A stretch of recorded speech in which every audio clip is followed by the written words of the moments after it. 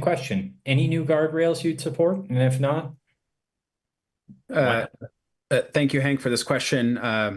K-12 education is going to be a big focus of mine. I desire to sit on the committee, and it is because of this issue. I have spent the better part of the last 10 years of my career advocating for empowerment scholarship accounts, and not just advocating for them here in the state of Arizona, but advocating for them around the country. I did also want to clarify for folks that are listening, the word voucher, and I'm not trying to accuse anyone of this on this call, but the word voucher is often used as a derogatory term for these programs, and I want to make clear the difference between a voucher and an ESA. A voucher, which some states have, are dollars that go directly to a school on behalf of that child, and it is only for private school education. States like Indiana, Wisconsin, Ohio, and others have a voucher program. We have an empowerment scholarship account program, meaning the dollars go to an account for the parents to use. As Cody mentioned, on average, it's about $7,300 for those kiddos with unique needs like autism, especially sort of high cases of that. They get upwards of $40,000, which obviously it costs more to educate those children. Yes, this program spends $1 billion of funding. But I know as a state, we want to invest in our children, and we want to invest in the future of our state. The ESA program has a lot of guardrails. The reason why we know that lingerie was attempted, that Rolexes were attempted, and other things is because those that were flagged, those parents' accounts were shut off.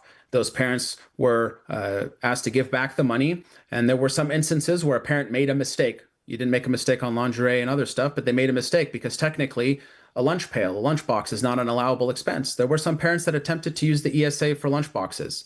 I don't know that someone would say that's a $30 mistake. It's unallowable though. And so the parent was asked to give it back, and then they could continue using the program. We have less than 2% of unallowable spending and 0.3% of egregious spending. There was something, and I did want to comment on this, that Rick mentioned about the 20,000 cases. Unfortunately, that reporting has been debunked multiple times. That's not what's actually happening. There was a fundamental misunderstanding of the data being made public by the Department of Education and others. We could have an entire debate about our state's empowerment scholarship account program, but at the end of the day, I want to bring it back to this point.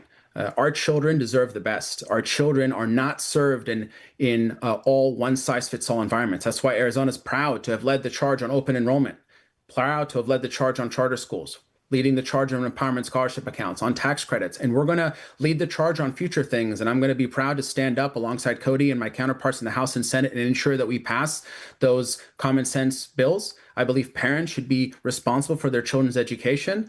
And one final point, we have public schools that are closing in Arizona, and that is unfortunate.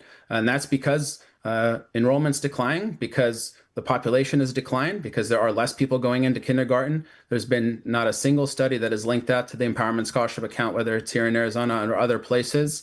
And so it's a talking point that's used, of course, but that's not actually what's happening on the ground. And I stand by those. Actually, now we're at 104,047 students that use our state's empowerment scholarship account program.